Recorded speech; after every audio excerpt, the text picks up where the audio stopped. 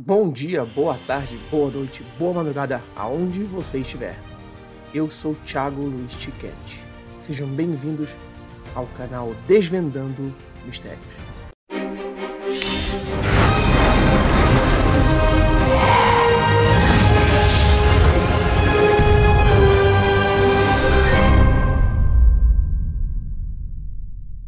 Olá pessoal, e nessa nova entrevista, mais uma entrevista inédita e exclusiva que você só encontra aqui no canal, vou entrevistar Marc D'Antonio, chefe de análise de imagens da MUFON.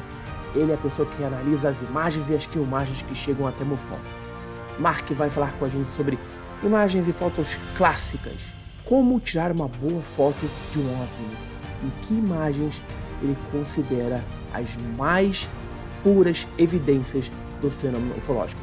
Mas antes de irmos para a entrevista, não se esqueça, deixe seu like, se inscreva no canal e, é óbvio, deixe o seu comentário. Vamos então à entrevista com Marc D'Antonio, chefe de imagens e fotos da MUFON. Well, Marc, thank you very much for being here. It's a pleasure. I know you a long time because I read your analysis. I know your work. I see you in History Channel, Discovery Channel, every channel about the UFOs. I see you there. Thank you very much. It's crazy sometimes, yeah. I know. You for having me. Thank you. It's really nice to see you, THIAGO. Thank you. Well, I will start. The first question is the same for all my guests. Is that what led you to do UFO research? Oh, that's a great question. You know why? Because I started when I was 9 years old. 9, okay? I was just 9 years old, and I knew back then that I was actually going to get a degree in astronomy, okay? Looking up in the night sky to me was like the most amazing thing. And I saw all those little points of light in the sky as a child who had no understanding of stars yet, really. And I said, there's got to be other planets around stars out there that are looking back and having beings on those planets, however they might look, looking at us and saying, I wonder if there's life there. And we're looking from here and saying, I wonder if there's life there. So we're looking at each other, but don't know it yet. And I just decided that was where I was going to go.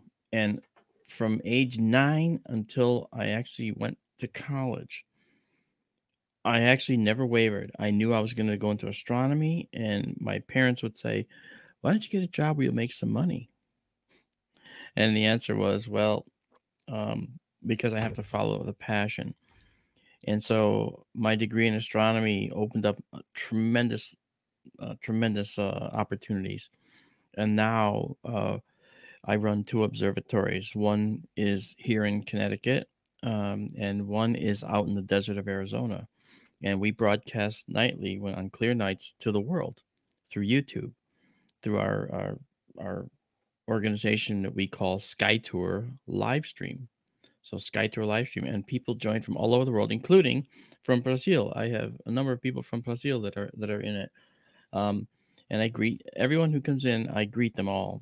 I don't, if I see someone who's in the chat, I say hello and we talk and we take requests. If there's something up in the sky people want to see, I will move the big telescope over to that and they'll get it.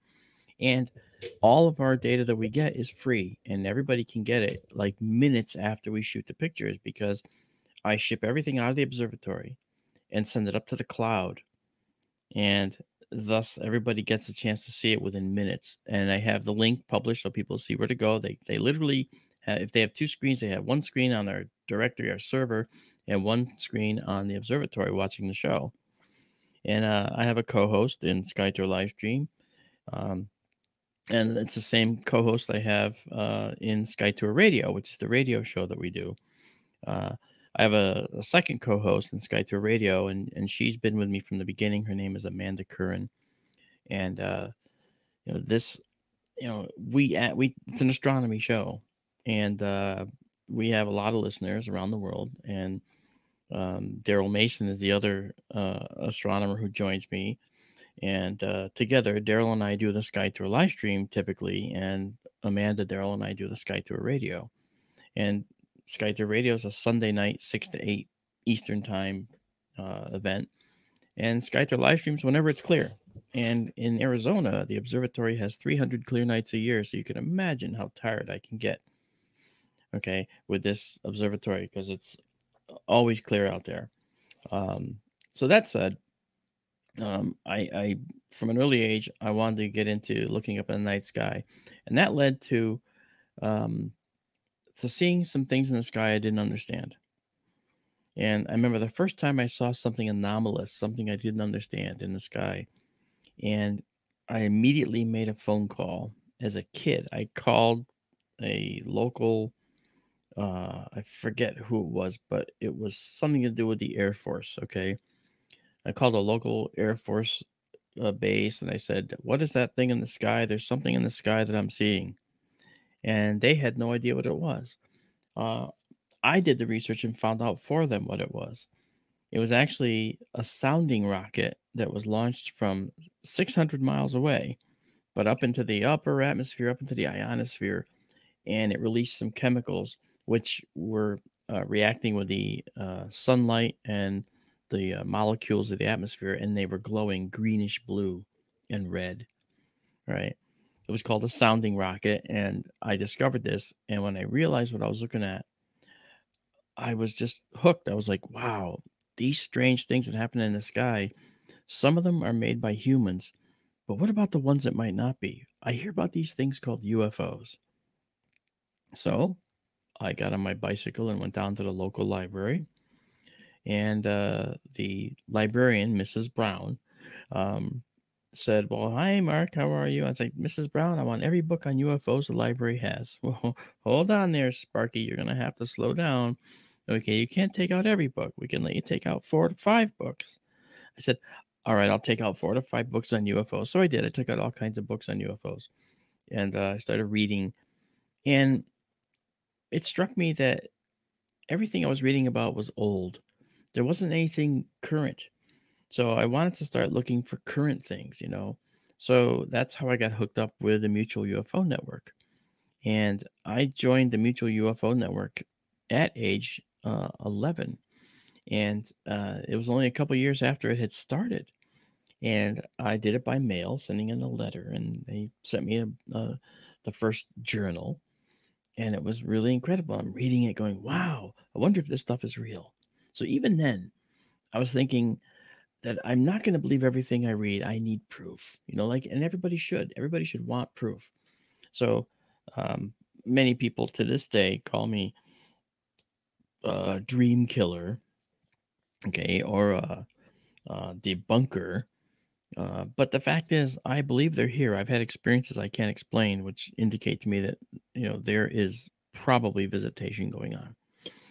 And the thing that's important to understand is that we are a bright, shining beacon in the universe. Our atmosphere has oxygen in it, okay, Tiago? And that means that with oxygen in our atmosphere, it's a signal that there is potentially life here, because oxygen doesn't like to be in an atmosphere. Oxygen likes to, bind with rocks and form other compounds in the rocks almost immediately. And it would only be a short time before a massive influx, a massive amount of oxygen in the atmosphere would get absorbed into the rocks, into the water, into the ground, and form other compounds. Oxygen oxidizes. It likes to combine with things. So if you see oxygen in an ongoing way in a planet far, far away, then it means that there's probably life there. Very likely, because geology and processes of geology can make oxygen, yes, but in the amounts that we have, you would expect to see some fluctuations if it wasn't being replaced and replenished, but it is being replenished. So Stephen Hawking said some years ago that we should hide and keep our heads down so that the extraterrestrials don't see us, because we'll be woefully unprepared to actually meet them. Well, he was right about the woefully unprepared part. But what he wasn't right about was that we can hide from them, because the oxygen in our atmosphere started building up over 2 billion years ago. And that was caused by life forms here. Plants, obviously, doing photosynthesis. During the process of transpiration, during the day, they give off oxygen, okay? And so that oxygen is what filled the atmosphere. Plankton in the ocean, phytoplankton, did photosynthesis, created oxygen. Plants on land, when land finally formed, started creating oxygen. It's a natural process that occurs on a carbon-based world, I think. And so if it happened here, it happened elsewhere. And as a kid, I was saying things like, these plants are making oxygen. Why is it happening just on Earth? Can't it happen on other planets too? And I soon realized that it could only happen in a certain range around the star that was not too hot, not too cold. We call it the Goldilocks zone or the habitable zone. So I felt, well, at one point we're going to find other habitable zones and other stars that have planets in the habitable zones. So I thought of that way back then.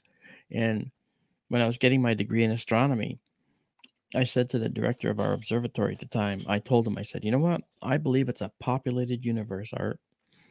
And he scratched his head and he goes, what are you talking about, Mr. D'Antonio? I said, we're carbon based. Look at the symmetry. Left and right is the same on every single living thing on this planet. Every single thing has DNA, right? Deoxyribonucleic acid. It's a bunch of nucleotides in a string, and then there's a complementary strand on the other side that exactly matches. Okay, and together this double helix of strands makes up the DNA, which makes life on this planet. Okay, and he's like, yes, of course. And I said, well, the symmetry that we experience, two eyes, two nostrils, two lungs, the way we interact with the world is all with symmetry. I said, that is something that's a natural template provided by the universe, I think. And he's like, uh-huh. I go, yes, that's how I feel. And so that's why I think that if it happened here, it happened elsewhere. Certainly there's DNA elsewhere. It'll be different DNA because our DNA is specifically the result of how the world changed over the billions of years.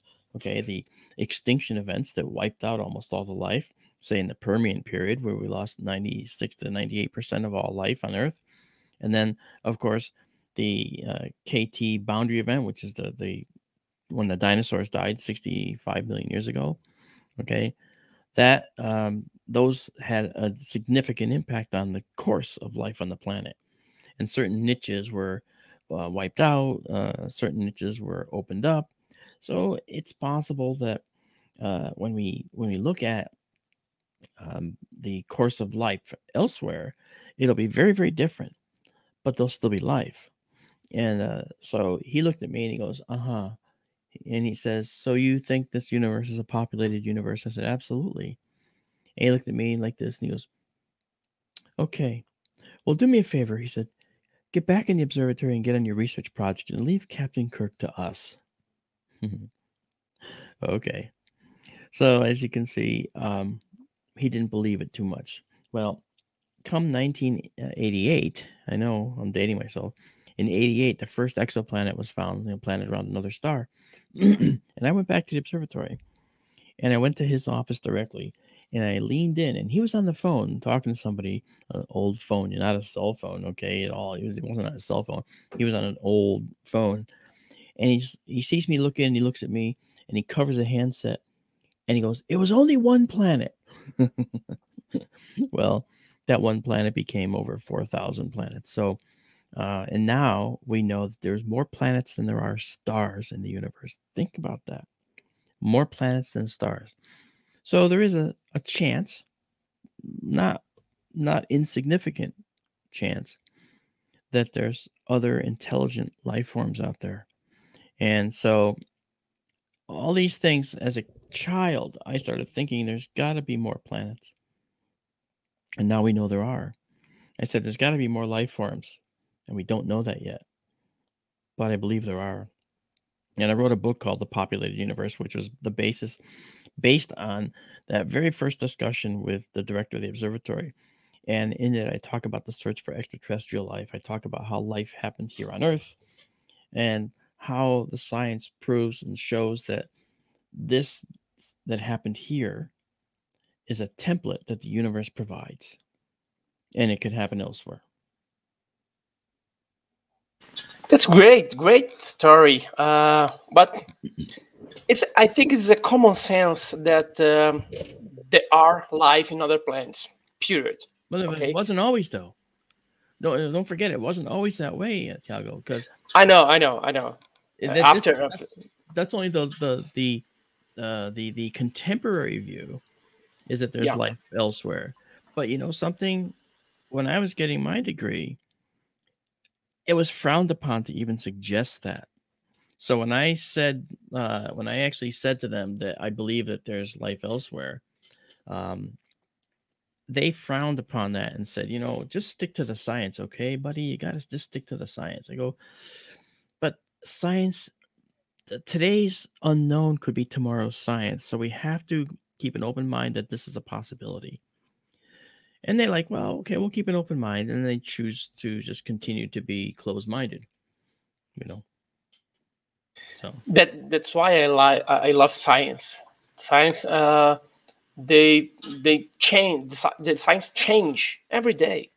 That's right. We have something that's definitive. That's the unique. 1 hour later, oh, that's not that way. We have another thing, another probability. That's right. But today, the common sense today that there's life in other planets. But what people don't accept, let's say, is this other civilization are coming to our planet. Yes. And you are the chief of photos and images of MUFON, and you receive thousands of images daily. Well, that's a little too many, but I could never handle that. But I have seen thousands with MUFON, and probably tens of thousands over the years. So yeah, I've seen quite a lot of quote unquote evidence. The problem is that most of the images I receive, literally most of them, are ordinary objects that have been captured by a camera in an extraordinary way. And so to do image analysis, you can't just be an astronomer. You have to also be an earth scientist to understand what the earth can do to make lights in the sky, which it does. You have to be someone who understands how cameras work. I mean, really understands how cameras work, from a cell phone to a regular camera, and understanding how they create images and how they work so that when people take an image, the object that they capture, again, could be a bird flying through the sky, but because they take it with the camera and the bird is flying fast, it might make a blurry image. Believe it or not, you know this, but many people don't. And so they send in pictures saying, look, I caught this thing. I have no idea what it is. I didn't see it at the time. That is a common refrain, common thing I hear. I didn't see it at the time, but when I looked later, I saw it. Now, that means that they caught it, but we tend to overlook the obvious. Okay. If it's something we understand, we just ignore it. If you're taking a picture and a bird flies by, well, it's just a bird. I don't care. You just take your picture, whether you're on the phone or you're taking a picture with a phone or whatever. You just ignore it. But that leads to a photo that is capturing this bird flying through the frame in an extraordinary manner, potentially. And I've seen some really interesting bird photos that are actually birds. And based on the shape, the color, and the speed, I could figure out a rough distance and size. It's not easy, but from one observation, you really can't tell it from one observation. But based on, the kind of day it is, if it's a rainy day and they take a picture, if the object flying in front of the camera is not hazy from being seen through the rain, well, then it's very close to the camera. So you can kind of do rough estimates like that. So there's a lot of things that could potentially cause you to think you've captured a UFO. Not the least of which are the things in the sky that, are things like satellites and stuff like that. I did actually capture something really strange with our all-sky camera out in the observatory. It's something I genuinely can't explain. And it's actually, the all-sky camera takes time exposures. Well, at that time, it was like 20 seconds. And it shows you what's on the screen. So anything that's flying by is going to look like a streak, right? So I see planes flying by as streaks. I see satellites flying by as streaks. Okay. But this was something that went like this. It was over on this side of the screen, okay, and on the right side of the screen over there, and it went, and it was a circular pattern, and it was half a circle, and on the next frame was the rest of the circle. So I did not, and I still to this day do not know what that is. When was that?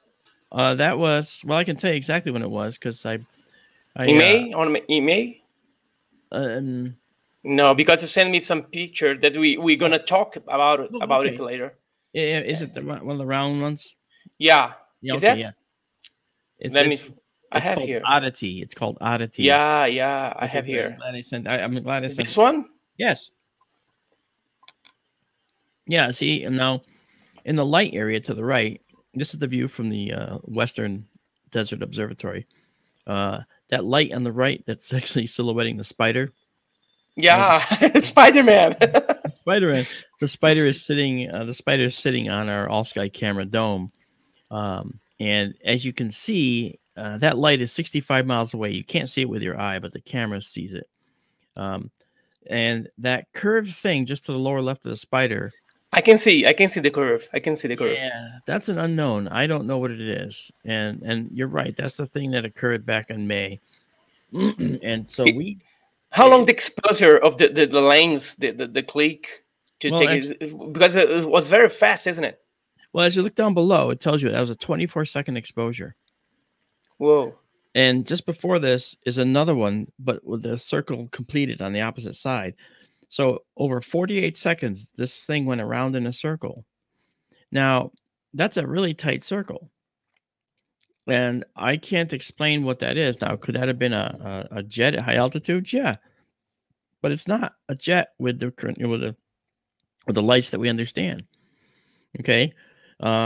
Because the FAA, the Federal Aviation Administration, basically has these mandates of required lighting that are on aircraft. This has no such thing. This just is a constant line. And so that made no sense to me. What's more is, if you think of it as a jet, you know that jets have a hot exhaust that shows up brightly. Okay. So as the jet is making its way around, okay, that circle of the exhaust, you might see it for part of the way around, but then after the jet turns this way, okay, and continues around, all right, you'll not see it, okay, for a lot, like when it's facing you won't see it because it's coming towards you. So it's behind the jet. You're not going to see it. But the next frame shows this circle all the way around, as if the exhaust is always facing you. So that left out the fact that it was a military jet to me. I have no idea what it was. And I was kind of perplexed by that. And this picture shows the same thing. I don't know. No, that's the observatory, actually. That's the Desert Observatory. You can see the cactus on the right. Oh.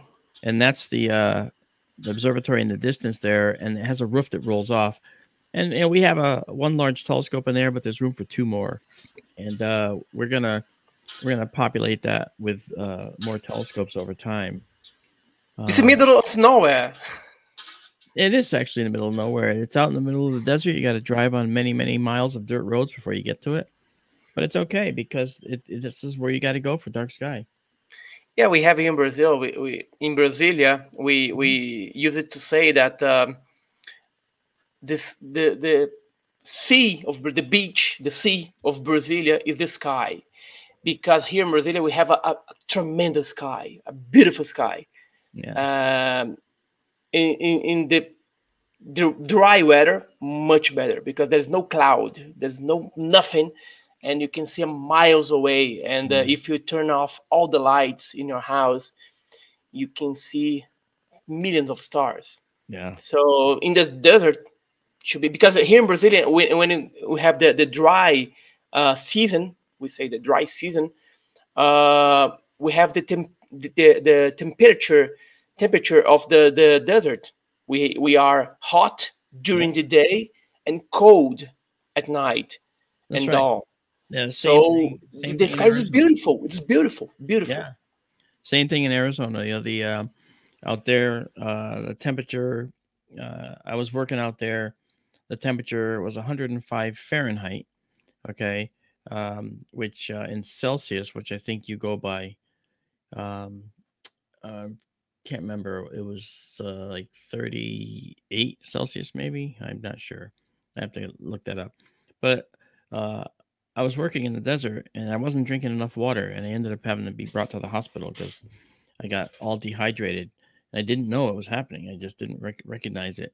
Uh, so I get made fun of by my Arizona friends all the time for having done that. And I grant you, I've made a mistake, but I'll never do it again. Okay. Um, but it was hot and dry. And in the wintertime, it's warm and dry. you know, the temperature gets down to, you know, uh, 10 degrees or so above freezing, but then it doesn't really get any colder. There's a rare time when you might see snow, but it's gone by the time you're up and out of the shower, you know.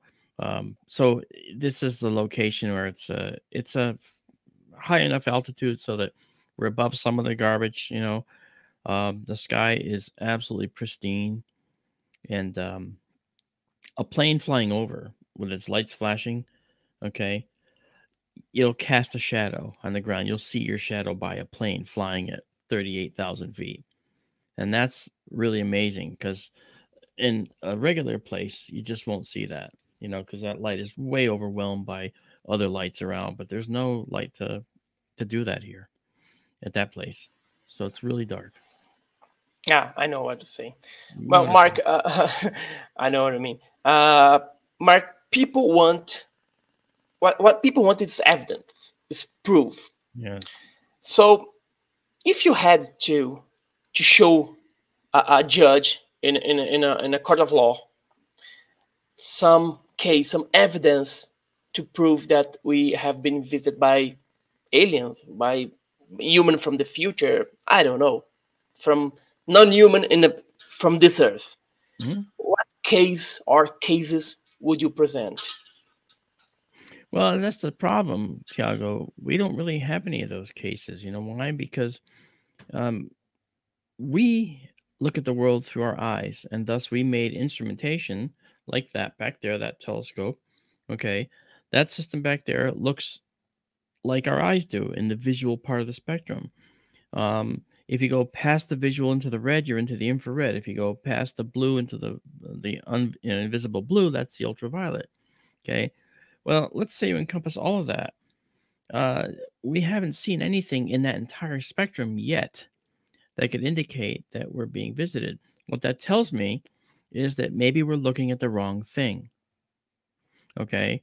So we're not at the point yet where we can say this is the definitive case, or this is a case that shows us that something is happening here that we don't understand. I know that's probably not the answer that many people want to hear, but you have to understand that we are actually actively working on trying to create technology that will capture um, advanced propulsion happening in our area, in our world. And I was on a U.S. submarine as a special guest, and this was a long time ago, many decades ago. And at sea, they saw something come through the sonar that was moving hundreds of knots, which is hundreds of miles an hour. And it was almost dead silent. Yet there it went right through. And I didn't recognize what was on the sonar. The person running the sonar did because I didn't know how to read that. And they called it a fast mover.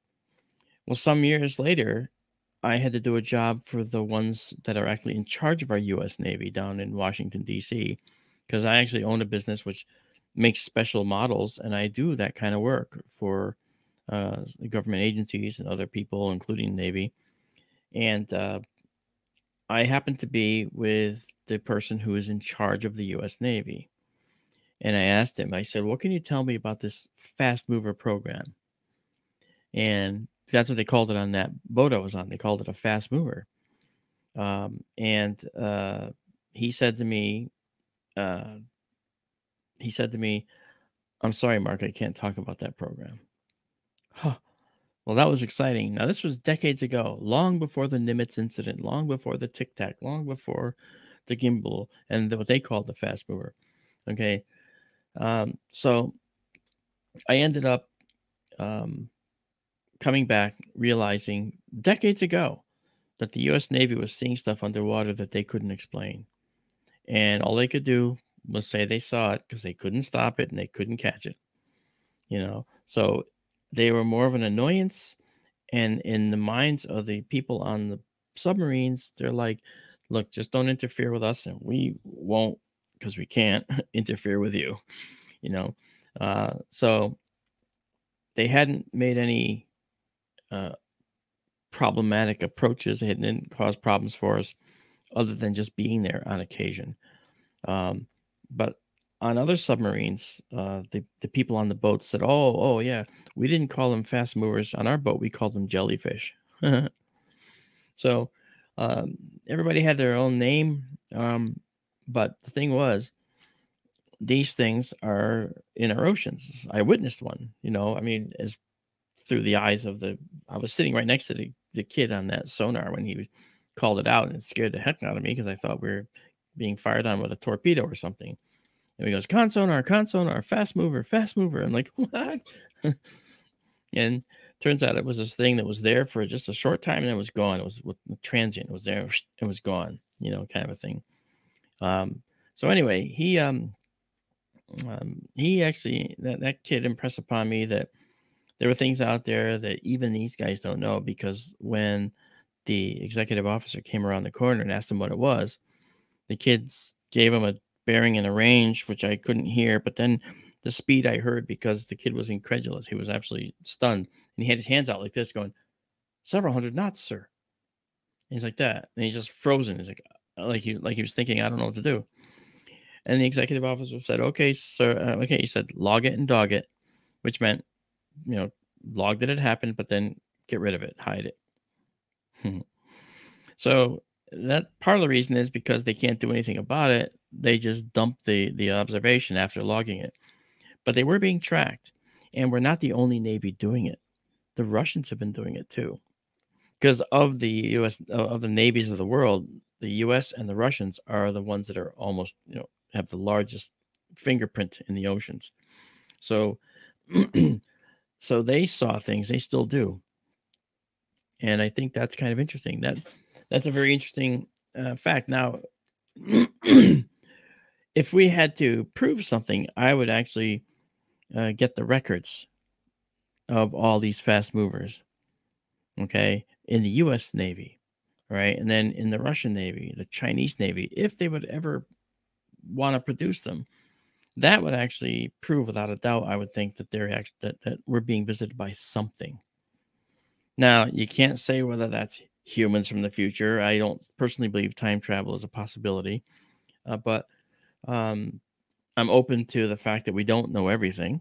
So there might be something I don't see, don't understand, because maybe we don't understand time. Time is something we made up. Okay, it's a chronological order, chronological steps that we made up. One moment to the next is a human construct. It's not. The universe doesn't necessarily follow that. The universe could be seeing time as one gigantic ball, all right, and any event that happens here has happened here, and they're coincident, they're the same time. Who knows? There's so many theories as to how time works without humans looking at it, because we are linear. We go from moment to moment to moment to moment. That's why people who can multitask, do more than one thing at a time, are actually kind of rare if they do it well. Usually, if you do more than one thing at a time, you do all of them equally poorly. So it's not that easy to multitask for humans because we're not built that way. We evolved to just do one thing at a time. you know, that kind of thing. So That's correct. That's right. Well, I would like to show you some pictures of UFOs. Okay. Many of them are classic, to have your opinion, because the Brazilian audience is going to love your opinion. You are sure, the let's see it. expert of that. Let's see. I'm going to share, and let's see what we have.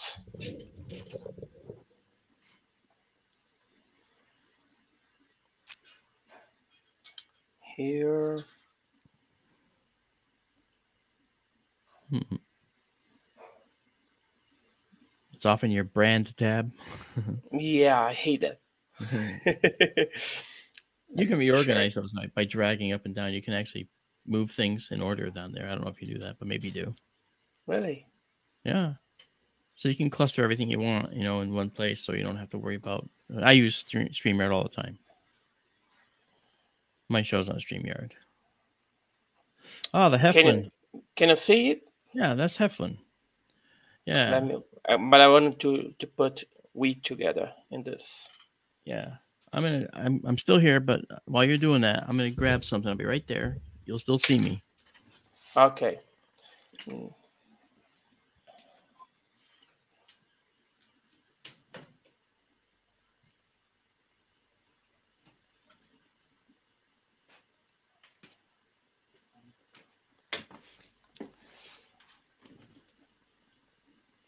Mm-hmm.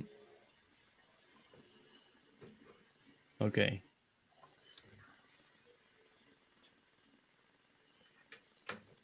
Well, you can see. Oh, Heflin there. Great. Yeah. See, here's the Heflin UFO. We actually have a History Maker series that we make of UFOs. And we have the Heflin, the S4 UFO, and the Belgian Triangle. And the Heflin, you know, we always call the top hat. You know, it's not really a top hat; it's more like a Panama hat type thing. But I've seen the Heflin UFO, and I mean, as far as I'm concerned, if you look at the scene, okay, the distant mountains are hazy, all right, and to me, the distant hazy mountains are means that anything that's the distance of those trees you see in the image, okay, is going to be as dark as those trees. Anything that's supposedly further is going to be fainter and be more blended in. But this thing here, I look at this and it looks like it's close. It's not far away. It's a close object because the atmosphere would be hazing it out. This is a classic. So I've always had my doubts about this as being a truthful event. I felt that maybe this was an object that the guy actually had a friend throw in the air and he took a picture of, for all we know. I never bought this one as real, but I included it in our History Makers series because of the fact that even if it's a hoax, it was a hoax that has actually sparked a lot of interest in UFOs. A lot of people became interested in them because of events like this one, whether real or hoaxed. So I'm not necessarily a believer of the Heflin UFO. And this circle of smoke. Well, he said that the circle of smoke when the UFO departure. Yeah, I know there was a smoke ring or something that was associated with it, but it was a totally different sky, and so it didn't appear to me as if they were taken at the same time. It appeared to me they were taken at different times. And I know I can actually make smoke rings like that, and I have seen that done at fairs and carnivals. What people do is they make smoke rings using a propane tank, and they have fire and they do a burst of propane, and it makes this curling halo of smoke going up in the air. And that curling halo of smoke that they said was left behind is it's a special kind of it's a special kind of smoke ring because the smoke ring itself is warmer air, and it stays cohesive and circles around for a long time, sometimes for minutes. And so the smoke rings to me are just very, those are earthly in origin as far as I'm concerned. I don't by those for a moment. Again, I've seen them. You know, I know what they look like, and even a diesel truck can make one when it first starts up. You know, so I don't. And this, Go ahead. and this one you can, well, stop it. Because it stopped here. I was showing the next one. I didn't see it. Let's see here. Let's put again. Okay.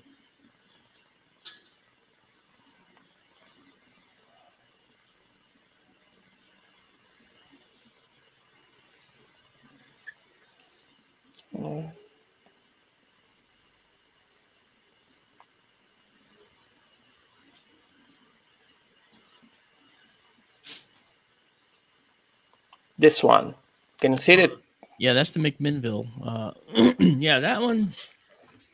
That's an interesting one, because you look at that and you say, "Wow, look at that! That looks so real. That looks like it could be the real thing." Yeah, and as far as I'm concerned, it may be. But I do know that a guy that I know in France wrote software that helps to analyze old images like this, and the analysis showed that above the UFO, there was a little dip in the light that's coming to the camera, and above he went up in, like in he went up in stages. I have to show that with my hand. So let me just put me back on the screen for 1 second, if you could. Yep. It goes like, here's the UFO, okay, and here's this. So here's the UFO, the McMinnville UFO, say, and then you have the air above the UFO, right? That's in the picture. Well, right above the UFO, here and here and here and here in a straight line, okay, he was able to show that there is like a dip in the brightness, little ever so slightly, and up here, a dip in the brightness. So in a line all the way up from the top of the UFO is a dip in the brightness. And he says that that's a cable or a line that's suspending this model in the air. That's what he was suggesting. Now, his software is very good software for doing this, and he has shown in other ways that it works. Okay, but we try to figure out, and I looked at this many ways using his software as well, because he actually sent me the software to try it out, and it looked like there was a line holding it up. Is there really a line? I can't say for sure because we can't see it, but the scientific analysis of the image seems to indicate, and I know McMinnville is a very famous photograph. So, is it possible that it's real? Yeah, it's possible. But the other thing is that if it's real, then you have to explain why in a straight line above it there's a dip, in the dip in that light curve. So it's sort of white up there and whitish gray. Well, as it comes across the top of the UFO, there's a dip in the light, and above it even further is a dip in the light, and all those dips lined up make a straight line down to the very top of this object. So that's sort of that makes me have doubts. Okay, the line will be hanged in this tip of this image. Yeah, that's what Francois was suggesting with the software, and he did a whole analysis of that particular event, and I understand it, and I understand the techniques that he uses to figure that out. If you do an analysis pixel by pixel across the image, then that's possible that you could determine that. I mean, the other thing too is that if he did it from and he did it, of course, from a digital image, but that digital image was taken from a paper print, and if there was a crease in the paper that happened to be there, then that could also explain it. The only problem is that you would expect the crease to go all the way down the page. Okay, so all the way down the photo. So the dip in the light that we're talking about, that dip in the light, which is just in the same place everywhere, all the way down, that dip in the light would continue through the UFO and through the bottom of the UFO down to the bottom, and it did not. It stopped at the top of the UFO. So that's something that adds evidence to the fact that it might have been a hanging line, you know. So this one now, Melbourne. Yeah, Baldwin in Melbourne, Australia, 1966. Okay. There are two photos. This photo is a long photo. I'm gonna put it here. Okay. It's this photo. Okay. What do you think? Well, see the building in the distance down there? To me, the object in the distance is out of focus. It looks like it's out of focus. And the trees are out of focus. And the thing in the sky is actually kind of in focus. So that means that it looks to me like a smaller object up close. And the other thing that's important to notice is the light on the bottom of the thing. Okay, it looks like it has a it looks like it's reflecting the ground, but it also looks like it's too sharp and clear. If you were photographing something far away, then everything would either be all in focus or all somewhat out of focus. And here there's two focal planes at a minimum. They got the focal plane of the objects in the distance. These objects are out of focus back here. And then this object up here is in focus. My hand is much closer. Okay, so it could be in focus, but this here should, will be out of focus because this is closer to the camera. Now, if it was a long distance away, it was really far away and we're doing that same thing, okay, both my hands would be in focus. Okay, both my hands would be in focus at that point. And I don't see that in this photo. So for me, I don't find that to be a credible photo. I'm spoiling all your fun, and I'm sorry about that. You are a dream killer, man. Wait, but keep in mind, okay, in that other photo you showed me, there was also this silver stuff going up, and it looked like I'm not sure if that was actually a glint off of a string or if that was just an artifact. I think it's just an artifact, possibly. Yeah. Which is photo, a lot of copies of the photos. Yeah, but this one is very, very famous, and when we released it in 1987, whoa! I thought this is the evidence because too clear, too perfect. Yeah.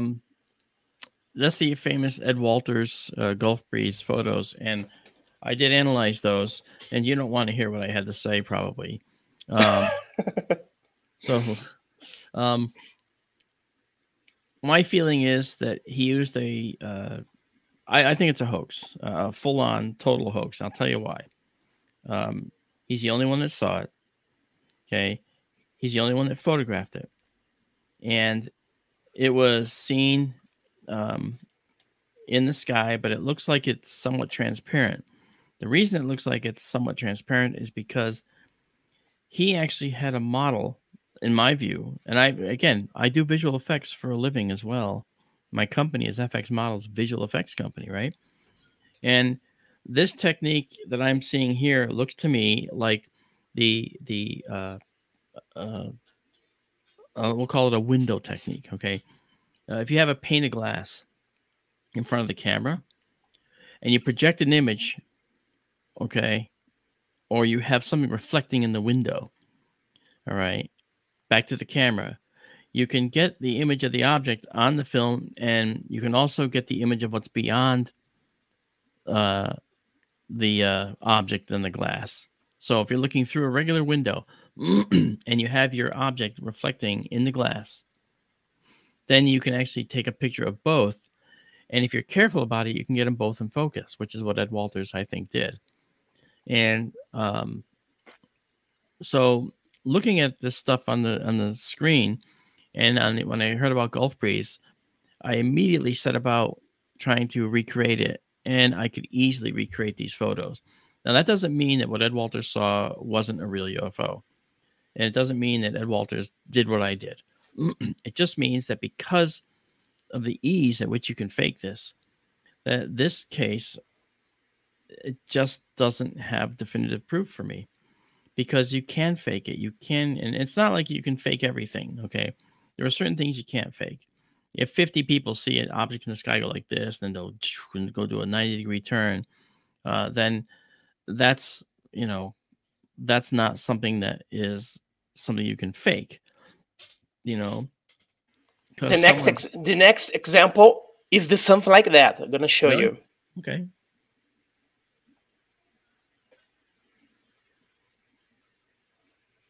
Here it is. Oh yeah. The Kaikoura lights. Yeah. This oh boy, you're gonna hate me by the time we're done. you're a dream killer, you know that. No, I'm an explainer, and I know. You understand from my perspective, THIAGO. Me too. The people get angry with me when I say, "Well, it's a bird, it's a planet, it's an airplane." They get, "No, it's not a UFO." Okay, so yeah, no, you know what? I'm okay if people get angry with me, and I'll tell you why. Because I'd rather you know the truth and know what to look for. Because when we see the real thing, you'll say, "Wow, that's the real thing," okay, and you'll know that it's the real thing, as opposed to seeing something in the sky that isn't, but that you think is the real thing. Okay, in this case, this was a time exposure. All right. And now you may say, well, how the heck do you know that? Well, I've taken enough bad photos in my life to know what a time exposure looks like. And this is a zoomed image, by the way. I can see that by the nature of the fuzziness around it. You can tell it's a zoomed image. There's much more to this image. And if we look at other lights that might have been in the image, they probably have the same exact pattern. Okay. So what happens is when you take a picture, okay, and if you're doing it handheld, okay, as you press the button, the camera goes up and down, and it kind of makes this shape. Okay, it's sort of a classic thing, we have the classic seagull V. Okay, well, this is inverted, and it's an inverted V in a sense, because it goes up and down, and there's a little loop in there.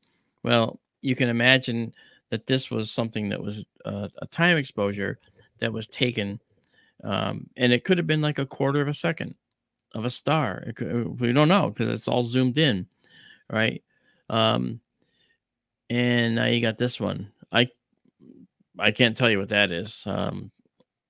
That this looks. It's the same case. It's the same case. The same thing that was filmed by the crew or aboard an airplane in 7-8. They flew to try to film some lights that people are seeing in the skies.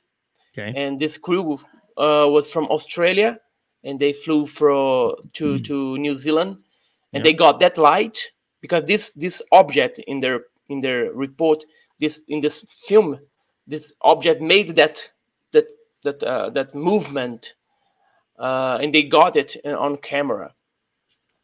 Yeah, that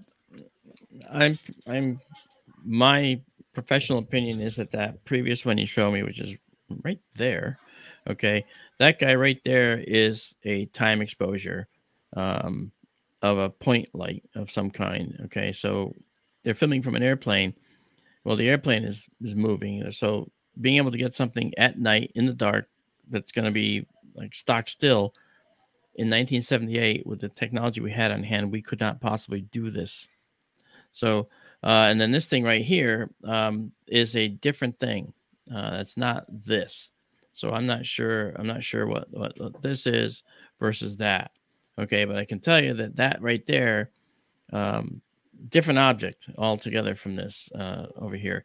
So I don't know what that is. That photo there, that could be almost anything, because I don't, again, there's no context. It's a zoomed in from the overall picture. If I saw the whole picture, that might be helpful, but I don't know if they have that available. Oh wait, now I'm show you a Brazilian photo. Please be kind with the Brazilian dreamers, please. Sure. Be kind. Oh, not this one. No, I'm just kidding. This one was Trinidad, right? Trinidad, is it Trinidad? Yes, Trinidad Island. Yeah. Okay, Trindade, okay, in Brasilia.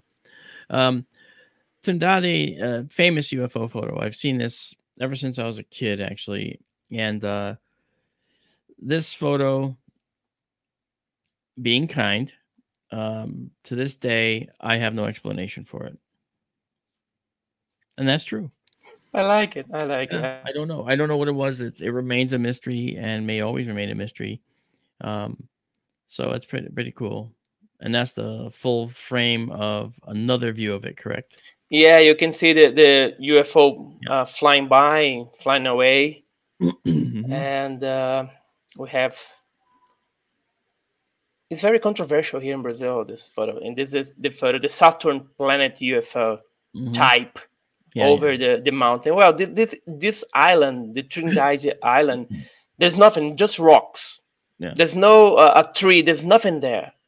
Just there's a part of Brazil, the island of Brazil, and Well, this was photographed over Trindade, but if it was truly something way up in the sky, it's way past Trindade. It's like way out here, and Trindade is up here in the foreground. yeah, they made a curve. The UFO made a curve over the Trinidad and in front of the boat, and then flew away. I showed that it's not the sequence. I just picked the photo and put in.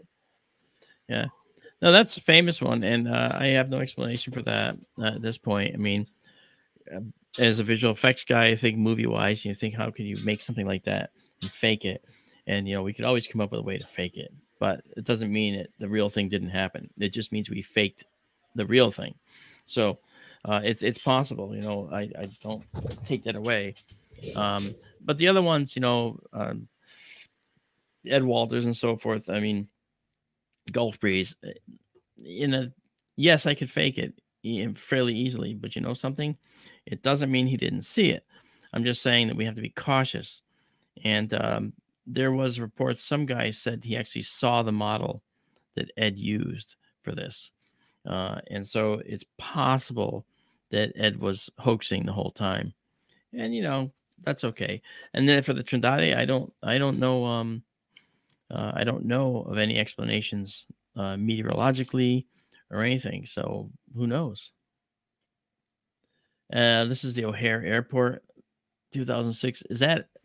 Yeah, we don't know if this photo is true because the two photos that someone say that this actually the photo was shot at that moment. No one, from what I understood, I don't think anyone saw anything at O'Hare visually. I think it was only on, I think the ATC, the control tower saw something, right? But I don't think, again, the case, I'm not familiar with every case, but I do remember this one. And I don't think anyone ever shot the actual thing at O'Hare.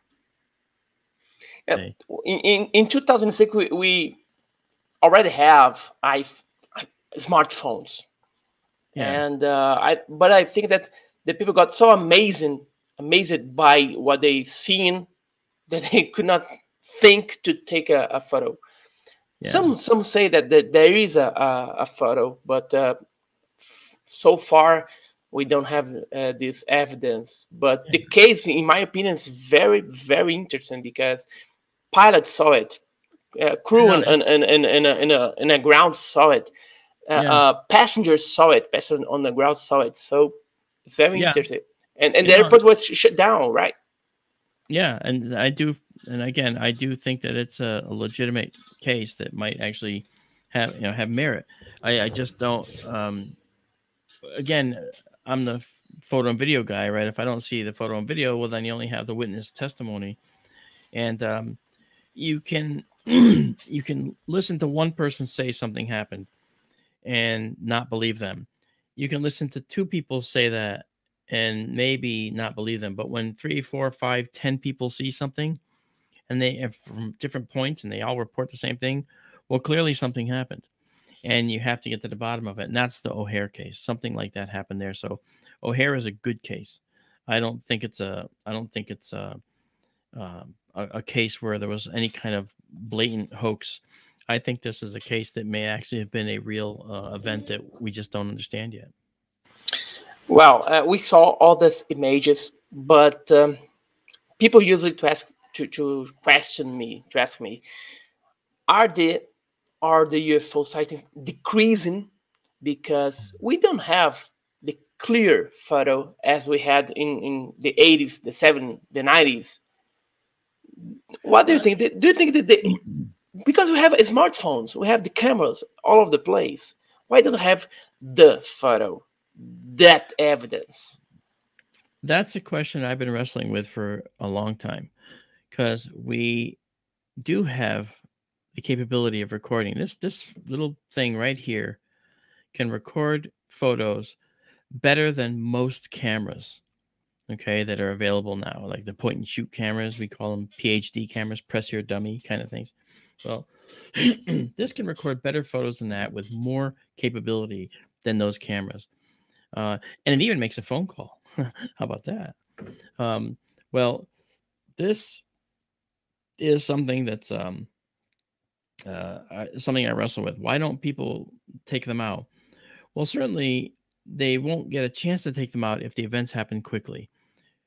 This is why you don't have many pictures of a meteor coming into the atmosphere unless it's an extended period of time, or unless it's caught on a dash cam, which are very popular now. So, the same reason, because it happens so quickly and people just go, wow, I should have my phone, and then it's gone. There's that moment of shock. Every human is subject to it, even me. And even if you train yourself, as I have, to always just reflexively, just automatically reach for the phone, take a picture, whatever it is. Okay. I'll tell you this. I was walking my my Australian cattle dog, which is in here sleeping with me. And every time I walk her, I run into a black bear. Don't know why. Maybe it's because of my Native American heritage. I don't know. But animals and I seem to get along. Well, there's always a bear. Do I have a photograph of it? No. And the bear encounters last anywhere from 30 seconds to a minute. And I never think to take my phone out. I have it with me, and sometimes it's in my hand. But you're sitting there watching something, you go, wow, look at that. Wait, I should do this. That moment of taking out your phone, the reason we don't do that, it's a very human thing. It's a shock effect and awe of what we're seeing. We tend to freeze and stare to try and figure things out. It's an automatic process. We can't control that. We can train ourselves to overcome it. And certainly fighter pilots have, right? When they're flying and if they see a threat, they immediately react. Okay. That's reflexes. That's trained over and over and over, beaten into their heads. Make sure you do this. Okay. Well, for us, ordinary people walking around with our phones and cameras, we just don't have that reflexive response. If we did, I think we would have photos. Okay, I've had many people come to me saying there was an alien. I saw this alien. He was gray. He was this. He was that. Okay, I myself had this experience. And they say, I didn't think to take a photograph of it. I'm hitting myself. I'm beating myself. Why? You can't beat yourself up for that. Okay, because you were just being human. It's a human reaction. That pause is a natural element, a natural characteristic of the human brain. We pause to observe and try to understand. But unfortunately, for events like this, observing and understanding, that time takes longer than the event itself, in many cases. So that's my feeling on that. Probably. Well, I think that they have some kind of camouflage, so they never want to appear. So it's my opinion as well. If you think about it, right? I've said this, and I speak all over the world, and one of the things that I say often is, if we talk about, we look at these objects, you say, well, why haven't we been able to see them? Why aren't they pulling up on the lawn of the presidential palace or the White House? Why? What's going on? And the answer is the same as we do. As science people, when we go to, say, observe a herd of elk, elk or, a caribou or something, we don't just walk in amongst them and say, "Excuse me, can you come here a minute? I have to put this radio collar around your neck." No, we don't do that, do we? We set up a blind with little holes, and we would look through the blind, look through the holes, and observe them. And we would then take pictures of them, take pictures, and then maybe tranquilize one with a dart. And then while he's tranquilized, we put a radio collar on him, to track him, right? So that is how we operate. And we do that because we don't want to disturb the natural process of the herd. We don't want to disperse it and cause them to, do things that they wouldn't ordinarily do. That's because we want to see what they're going to do. We want to track them in their element to see how they operate. They certainly won't operate the same way if they're being chased by humans. Wait for me, they certainly wouldn't. They'd run all over the place to get away because they don't understand. Well, in the same way, I think if there's aliens out there, like undoubtedly I think there must be, and that they're here, which is a very likely possibility for me, I think that they would probably do the same with us. They would probably tag us like we tag elk, and the tranquilizing darts are just their way. For them, they can get into our neurological system and freeze us up.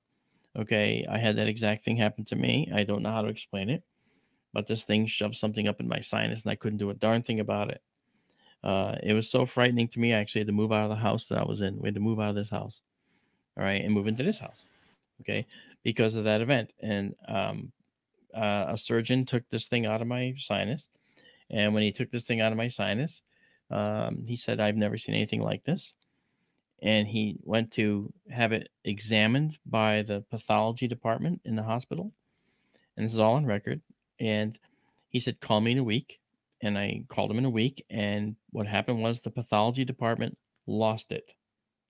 It no longer existed. And there's a long story to that, but the bottom line is these things do happen. And I can't tell you what it was. Could it have been just a strange dream? Yeah, I guess. But it happened over 3 nights, and it was at 3:15 a.m. each night. Okay, exactly that. And I don't know why. And it was, I was awakened by knocking. It was like a bang, bang, bang, bang, bang, bang, bang, bang, bang. 3 sets of 3 knocks. And I was wondering what it was. And it was a single family house on the 2nd floor, August night, very quiet. And so even my dogs were looking up at the sound that was up at the peak of the roof at the time. So, these things do happen, and people do have these reports. I don't know what this was. I have no idea. Could it have been a woodpecker that was like deranged, banging on the side of my vinyl sided house, which, he's banging on plastic. He's not banging on, wood. So could it have been that? Yeah, but that's weird because, woodpeckers don't sound like that. They're like, they're not bang, bang, bang, bang, bang, bang, bang, bang, bang. And that happened over 3 nights. And then the 3rd night is when this thing was in the room that I couldn't control. It walked over. I couldn't move my eyes. I couldn't look at it. It just walked over. I could only look this way. It walked over and it shoved something up my nose. It looked like a glowing, like a wand. And it went like this back and forth in front of my nose. Boom. The next thing you know, it's morning. And I have a story to tell. And I have no idea, what happened. But from that point forward, I couldn't breathe out of this sinus, and I had to go to the hospital. And they looked up there, and they saw the guy said, "Wow, there's something huge up there." And he took it out. And when he took it out, that started another chain of events where the thing got lost, for one thing. But for another thing, every now and then I'll get this extremely sharp pain up in here that feels like something deep in my skull is burning. At the same time, I hear a high-pitched whine in my head. It's like, "ee," like the letter E being said at real high-pitched over and over, but in my head. And if I'm doing something, I can't keep my eyes open. It hurts so bad. And I got to pull over if I'm driving. I've got to stop whatever I'm doing and just close my eyes really tight. And I literally try to, literally gouge my skull. It's almost like I'm trying to get in there because it hurts so bad. But it feels like a short circuit, like a burn going on up there. And that's something that is I guess, residue of the removal of this thing. Maybe like if we tag elk, they have radio collars. Well, those are passive, but maybe and then we just listen and look for the signal. But maybe when they tag us, maybe it's a two-way thing. They can transmit stuff to us. Not to make us do things like go down the street and rob a bank, not like that kind of silly stuff, but maybe they're transmitting programming like we transmit to our landers on Mars. Okay, we want to transmit a program, make it change its behavior. Well, maybe they're transmitting a program to us to make us or make the implant, whatever's up there, do something to get different types of data or whatever. And maybe they thought that this was still up there. And when they send that signal, it's a short circuit. I don't know. This is all fanciful. It's all science fiction, right? But it's only science fiction until it becomes science fact. And I don't know if it's science fiction or science fact. Well, telling about science fiction and facts, you had a very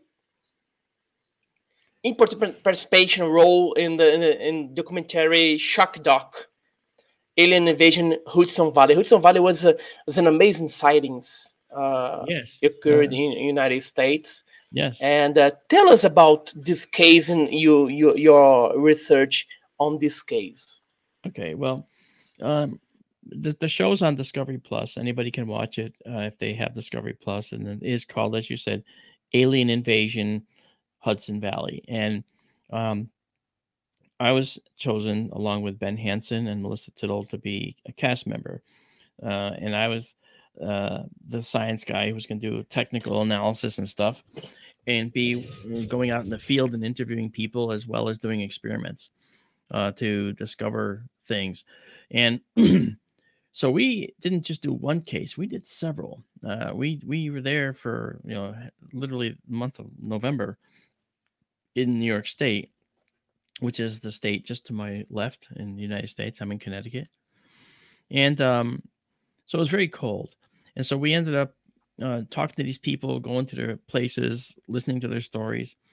And it focused on the town of Pine Bush, New York, which is a tiny little village that's in New York State. And it shares the distinction of, literally, it has the distinction of being the UFO capital of the world. And the reason is because just in that region alone, there have been 3,000 cases in the last 10 years. 3,000. So if you do the math, okay, that's quite a number of cases per year. And they didn't all happen evenly. So there was clusters as well. My attention first was drawn there, again, when I was first in MUFON. Actually in the 80s, there was a set of sightings in New York State on the western border of my state, Connecticut. And a ring of lights was photographed by an airline pilot from his house. And that photo went to a state trooper, a state policeman, and he gave it to me. And I had that photo for a long time. I don't know if I sent you that photo, the ring of lights photo. But I do have it here somewhere. But anyway, that was a pivotal event because it made me see that there's a lot of stuff going on right next door in New York State, over there, right there. Okay. And I said, I have to check that out. So I started paying attention to the Hudson Valley, which is that region of the country. And it's called that because it's the Hudson River Valley, where you have this river going through, and it's the valley. And so I noticed there was a lot of stuff going on there, and I ended up looking at it a lot more. People wrote books about it. Okay.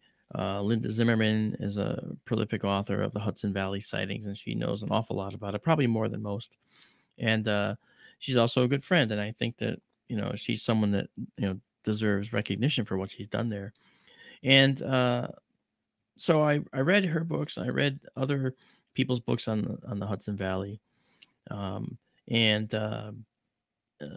Phil Imbrogno did a book about it, and so called Night Siege. And I think that it's very important to take books with a grain of salt, right? Because they want to sell books. Yes. Now, Linda, on the other hand, she is very truthful. She will say things that are backed up by factual data.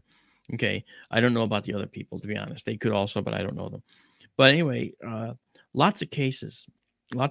Actually, over the last 100 years, this location has been full of sightings, and tracking them from the last 10 years showed 3,000 alone, right? And as I said, so the premise of the show is that we're going to go there to try and figure out what these UFOs are doing and how they're, operating here, and if they're operating here. Well, several things happened during the production that I didn't count on.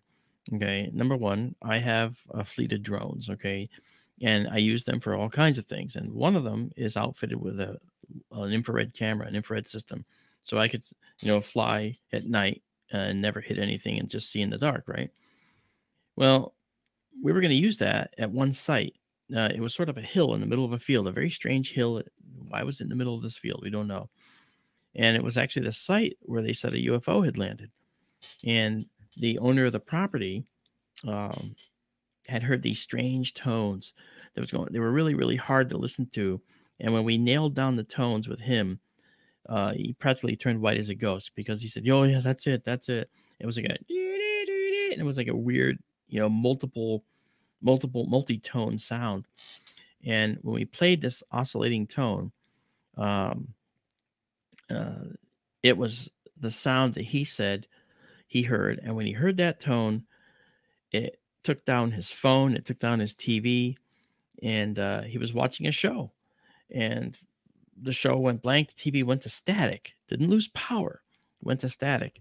And he heard this tone, like really, really hard to listen to. It was very grating on your mind. So much so that in the production, they changed the tone to something more agreeable to the human ear.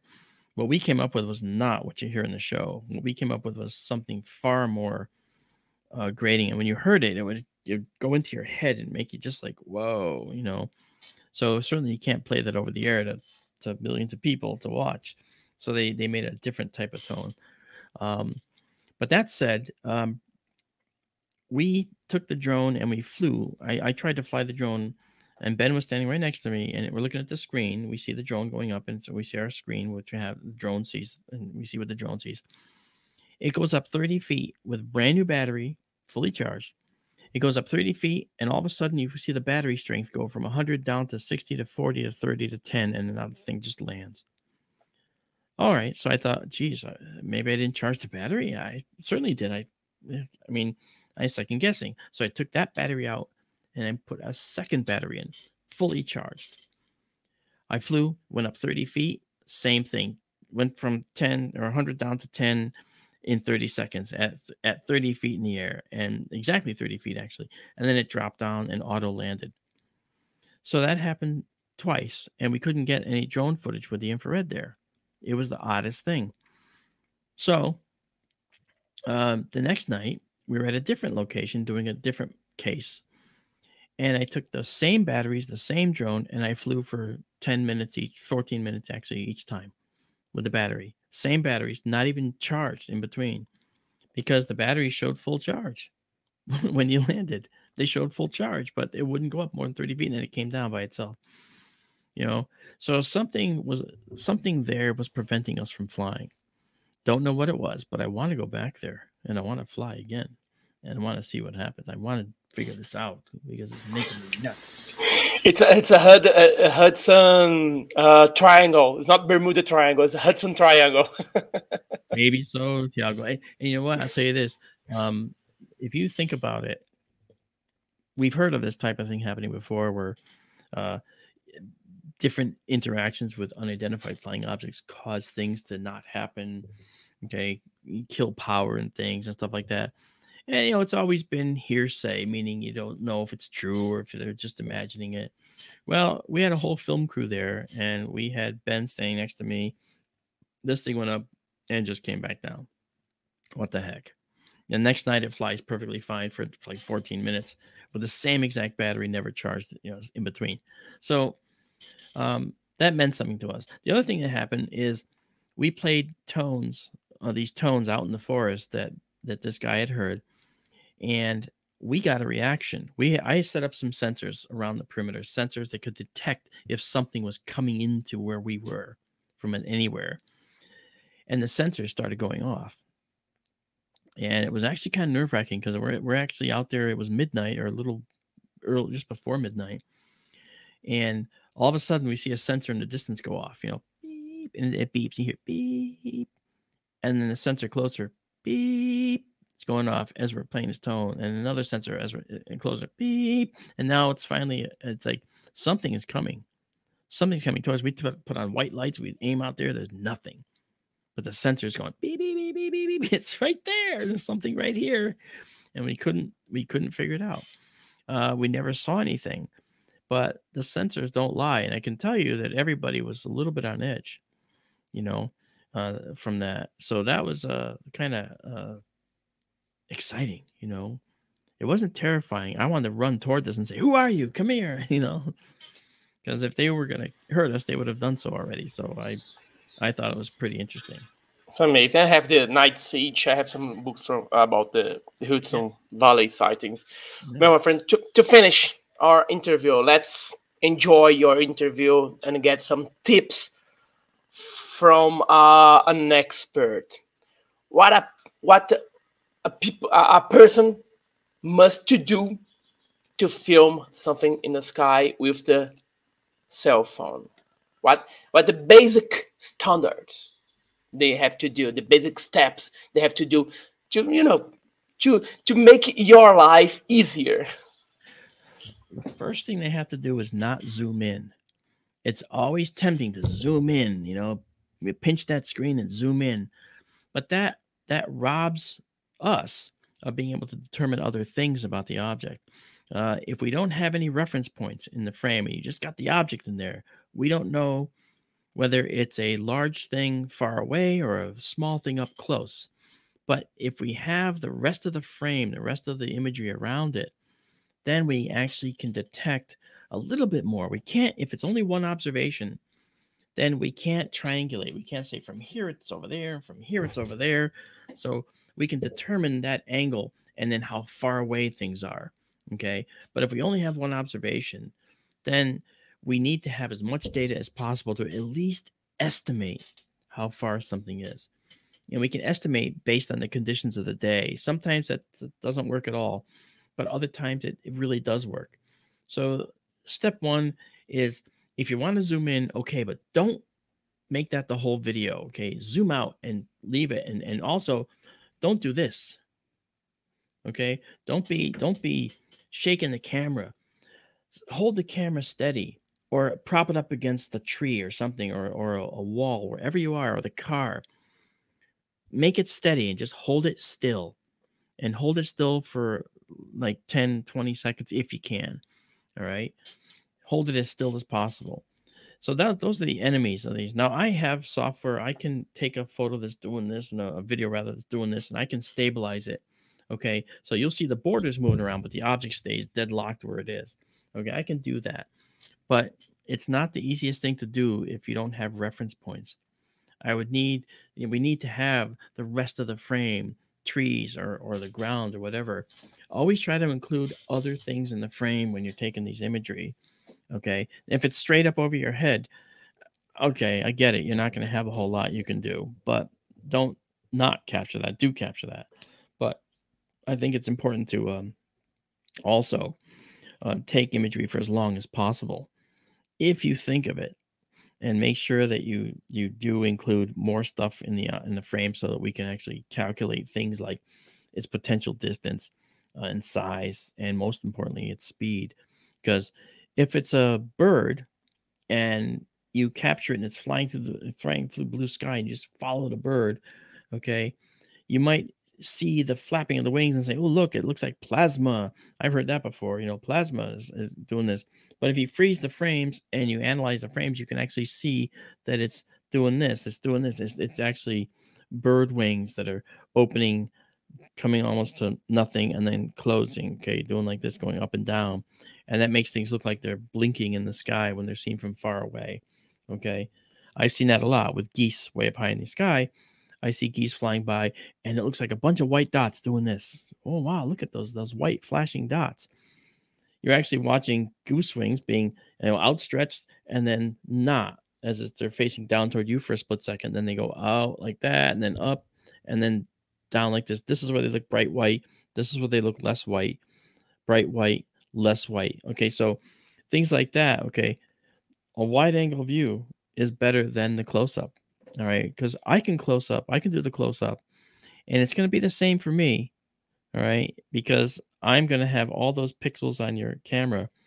So if you zoom in, it's called a digital zoom. It's just taking the part of that frame and just enlarging it, and you're going to see many more pixels and squares for like the image, but it'll be the same as if you leave it wide angle, and then I do it later with all the reference material. That's what we need. That's great. I hope we have a lot of photos to send to CMS MUFON and send all to you. and yes, indeed. Mark, thank you very much for your time. I think it was a very good interview, and the Brazilian audience is going to like it, going to know you much better. I'm going to leave on the description of the video, I'm going to leave all the links that you wish to make about your work, about your research, about your observatory. We can watch it here from Brazil, so it's amazing.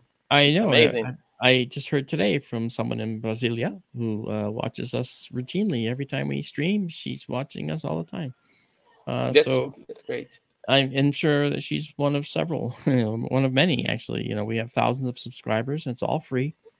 That's great. Yeah, Sky Tour live stream on YouTube, and we have 2 observatories now, and we're actually looking at doing more than that. So amazing, and thank you very much, my friend, for your time. Thank you very, very, very much. Thiago TICCHETTI, thank you very much. Então, gostaram dessa entrevista? Marc entende tudo de análise de imagens e fotos. Vocês viram as imagens que ele trouxe pra gente e as dicas que ele deu também. Gostou? Curta, se inscreva no canal e deixe os seus comentários aqui embaixo. Você já tirou foto de um OVNI? Acha que viu algum? Mande a sua pergunta, o seu comentário aqui pra gente. Um abraço e até a próxima.